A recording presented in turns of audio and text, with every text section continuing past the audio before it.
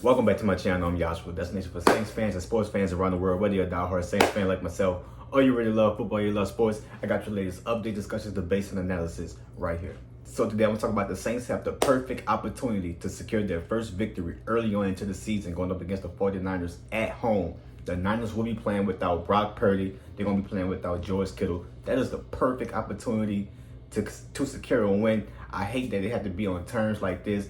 Of course, you want the opponents to be healthy so you could really get a full evaluation of what you have on your team. But at the end of the day, look, it's the NFL. Injuries, they're going to happen. Suspensions, they're going to happen. People miss games. So that's what they plan for. That's what you game plan for as a coach. So now I just want to see the Saints secure a win against the 49ers this Sunday, man. I think they could do it. After last game, and I took time to really sit and, go back through the highlights, go back through the film also, the All-22 film on NFL.com.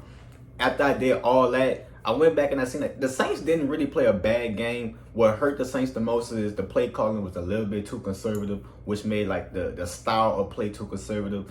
Spencer Rattler was like 5 for 15 on passes, 12 plus yards down the field.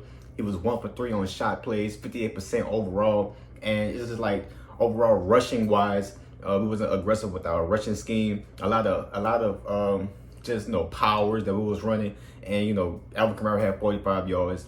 Kendra Miller had 24 yards, and I think Devin Neal had 9, and then an additional 24 yards from Spencer Rattler.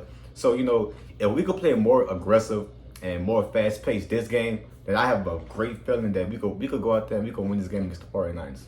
If you look at that stat sheet from last game, I swear the stats can lie, because if you don't know nothing about ball and you just go off of numbers and you didn't watch the game at all, based on the stats without the score, you would think the Saints win that game. The Saints had averaged more yards per play, which was like a tenth more, but still, it was very close in in numbers. They had more. I believe they had more passing yards. I think the rushing yards was even. So really, if you look at the stats, man, it would lie to you.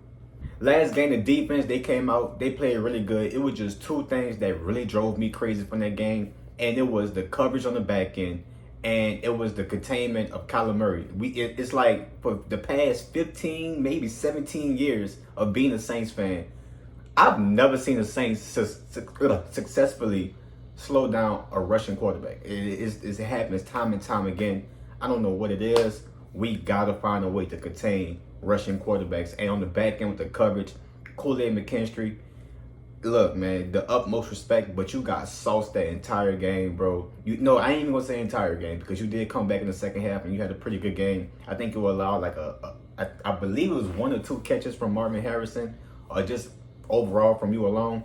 But next game, the coverage has to be better. If the Saints could pull it all together against a battered up 49ers team, I think we could pull out that victory.